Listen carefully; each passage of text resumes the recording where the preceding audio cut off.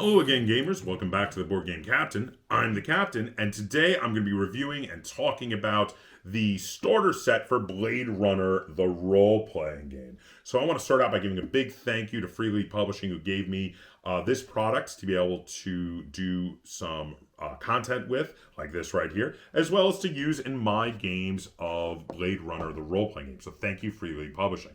And I also want to say, before we get too into this, that there are a ton of links in the description down below for you to check out at your leisure. There's a link to BoardGameCaptain.com, which is a great hub for all things Board Game Captain. There's also a link to my Teespring store if you'd like to buy some Board Game Captain merch, t-shirts, mugs, etc. And if you're in a position to and would like to support the channel, there's a link to my Patreon in the description down below. All right, so Blade Runner, the role-playing game, the starter set. This is a starter set for the official Blade Runner role-playing game. A neo-noir wonderland that will take your breath away one way or another. An evocative world of conflicts and contrasts that dares to ask the hard questions and investigate the power of empathy and the poison of fear and the burden of being human during inhumane times. An iconic and unforgiving playground of endless possibilities that picks you up, slaps you in the face, and tells you to wake up. Time to live or time to die. Now, I know I read this when I did the role-playing game also, but they put it on the back of the box here as well, so I wanted to read it again because I do really like that. All right, so what do you get in the box? So let me open this up. We're going to go through things one at a time. So first off, there is a bunch of cards. Now, we have in here, firstly, a deck of mugshots. Now, these mugshots, I'm going to show the back of them here real quick, and I'm going to show you a couple of them. These are mugshot cards. Mugshot cards have pictures on them of characters. Now, these are characters that are specifically in the one-shot adventure that is in this box set, which I'm going to get into in a minute. There's a ton of these, by the way. I'm going to just show you here what I'm talking about. There is a ton of different characters here. But these are dramatis personae. These are characters in the universe, and if you run the game and some of these characters survive, which some of them will, these are characters that could be used again, and you could pull out their cards to remind your players of what they look like. You could also then find some pictures online to use for future characters similarly yourself, to print them out and show them to your player characters to make your own cards out of. These are great. These are a nice little resource, and if you don't run the game, these are also dramatic characters that you can use yourself in your own games, even if you don't run the sample adventure in the book. Now, next we have an initiative deck. If you're familiar with how the Year Zero engine works, this is something that is pretty unchanged from previous iterations of the Year Zero engine, using initiative cards. Now, this is strictly speaking not necessary because you could use a normal deck of cards, but this makes, instead of using the normal 1 through 10 of one of the suits in the deck of cards, using these feels a lot more thematic because the look of them fits much better with the universe. So I like these a lot. I like that they are included. Now, next in the cards, we have several decks based around the chase rules. So you have chase maneuvers, which allow you to pick maneuvers and for the NPC, while your players can pick maneuvers for their characters, whether it is on foot or in a vehicle. And then we have as well, we have foot chase obstacles. We have ground chase obstacles, whether on foot or in a vehicle. And we have aerial chase obstacles. These are great for randomly shuffling and dealing out obstacles for your players to run into while on a chase rather than rolling on the tables. These are a fun resource. I thoroughly enjoy them. Again, similar to the initiative deck, it's one of those things where it's not necessary. There are tables in the book, but this will speed up gameplay. Having these shuffled up and out on the table for when a chase happens will significantly speed up the chase for gameplay, and I really like them. These are a great resource. Next, we have the custom dice. Now, strictly speaking, custom dice are not necessary for this game. You can thoroughly and easily use your own polyhedrals, but these custom dice have special symbols on them to show you if you got successes. So, for instance, with the 6-sided die here, a 6 is a success. The 1, if you push your roll, because you can always push your roll while using this system. This is, of course, a bad thing, which can cause you to get hurt. And similarly, in the other sizes of dice, a 10 or above is 2 successes and therefore has 2 of the success symbols. And this, of course, goes all the way up to a D12. These are really nice. There's in the dice in the starter set, you have 2 sets of the dice. You can put these out on the table and everybody can use them. It is great to have them. While not necessary, I love this. I love that it comes with 2 sets because you may need to roll as much as 2 of any die type, and having them out for everybody to use is great. Yes, definitely very awesome. So the next thing in this is the rules book. I'm going to show you this here. This is the Blade Runner rulebook. Now this has basically a truncated version of just about all the rules. Even leveling up is here, making this actually fully functional without the Blade Runner role-playing game. Now, granted, this is only 80 pages worth of information here, whereas the actual role-playing game book is, all the way up to 226 pages of information. So there's a lot that's not in here. There's a lot of the, information about the world and the universe and NPCs, and also information on running the game that is not in here. But just strictly speaking with the rules, this is great. This is the rules, just in a nice little softcover book. Next, we have the softcover book of Case File 1, Electric Dreams. Now, they say in here they're going to be doing more case files in a story arc that is around this same story. This is the first adventure in that story arc, and they're going to have more coming in the future. You do not strictly have to just do them one after another, though. You could do this one when the next one comes out. You could have done many more stories between now and then you could do that one with your player group too, and it'll reference back to things that happened in Electric Dreams. I'm not going to spoil anything from here. I just want to tell you it's great. This is a fantastic adventure. It is done as a thorough mystery.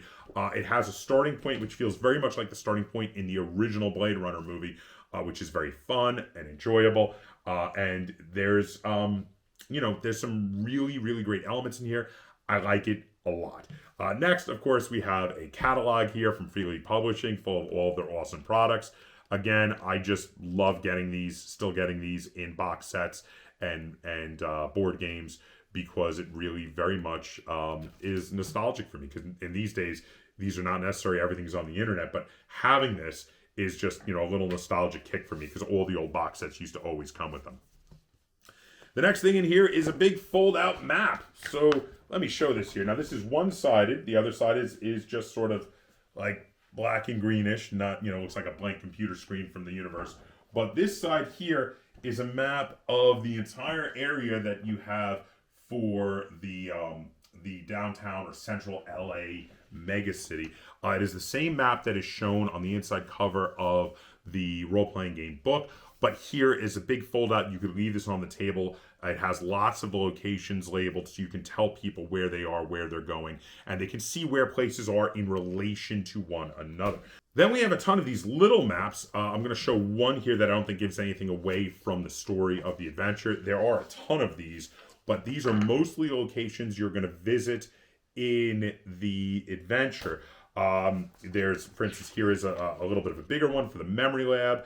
I'm just showing you these things that I don't think necessarily will give anything away, but there are other ones that, might, so I'm not going to show those. But these are maps both for the adventure and maps that you could continue to use in your gaming further on past this adventure, because a lot of these, especially like Anemoid Row, are places you're going to visit again and again and again. And some of them are places, that are rather generic, like an apartment, and you could use those for other apartments in the game in the future. Next, we have a sheet. You could Xerox this. This is used for keeping track of time. In the scenario, in the particular adventure that is in here, Electric Dreams, which I do, by the way, love that as a reference to the original book, Do Androids Dream of Electric Sheep. It is very important to get stuff done quickly, because there's a ticking clock. As you go through the different shifts of the day, if you don't get stuff done by a certain time, new events will happen. The other characters don't just sit idly by waiting for you to come and talk to them, investigate them. They will do their own thing. So you do have to get stuff done quickly. And in fact, it recommends you split the party. You split up to go cover more ground more quickly. You do have these computer communicators, so you can share information back and forth at different locations with the other members of your team. And there are 4 pre-generated characters here that you can use for this adventure. Now, you could also, if you have the core rules, you could also use this to design your own characters. You don't have to use the pre-gens, but if you just have the box set, these are fully functional pre-generated characters you could play with up to 4 players in this game.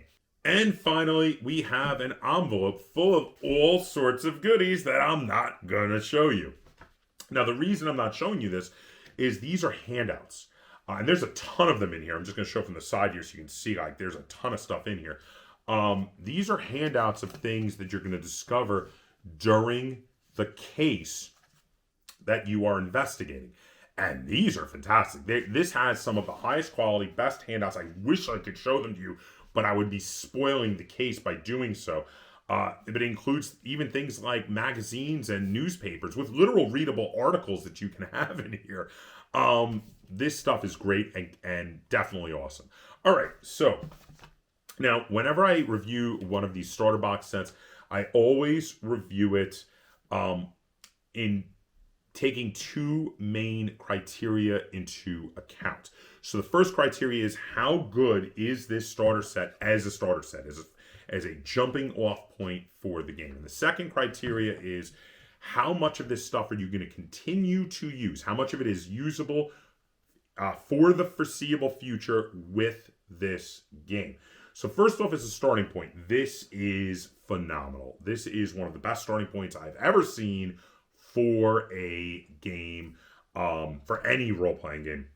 The adventure in here is amazing and really helps to get everybody on board for understanding how to play the game. The handouts for the adventure are fantastic and get people really, really absorbed into it. I love that adventure. And then, surviving characters from the adventure are going to be totally usable as NPCs. The maps are going to be reusable as more places to visit. The big map of the city is going to be reusable, having it out in front of you all the time. The chase cards, the initiative cards, are going to be incredibly usable throughout the rest of your game. The mug shots, similar to just the NPC characters that are in here as well, similarly are going to be reusable if you reuse some of those characters. The truncated version of the rules here is going to be reusable because you can leave this out for your players to quick reference, so you can hold on to your full-size rulebook and have that on your side of the table. You can leave this out for them to check on how to do certain things or how certain skills work.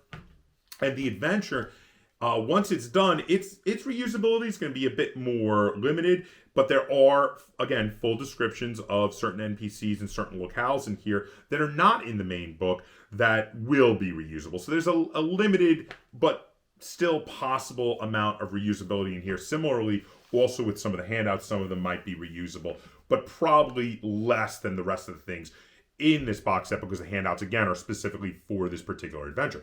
But you can use these handouts as inspiration to make your own handouts for some of your adventures, and you can use the adventure book in here as inspiration for making your own case files. So in that regard, there is some reusability with these things, and that is really cool. All right, so overall, where am I at with this? This box set is excellent. It is a phenomenal starting point, and it has a lot of things you are going to continue to use. I really like it. I think it is incredibly well done. I'm going to give the Blade Runner, the role-playing game starter set, 9 out of 10 stars.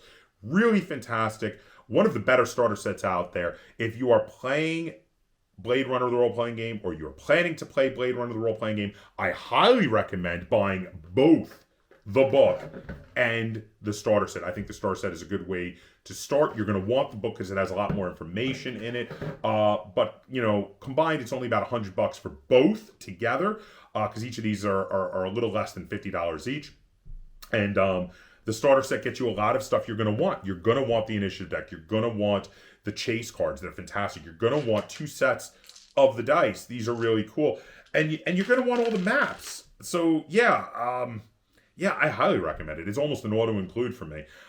This is a really great starter set. So there you have it. If you have any questions, comments, or concerns, feel free to put them in the comments down below. If you've picked up the Blade Runner starter set, let me know what you think of it in the comments down below. And if you enjoyed this video and you'd like to see me do more reviews of role-playing game products like this, be sure to give it a like, share on all forms of social media. If you haven't already, please subscribe to the Board Game Captain. That's Captain spelled a K on YouTube. And until next time, game on.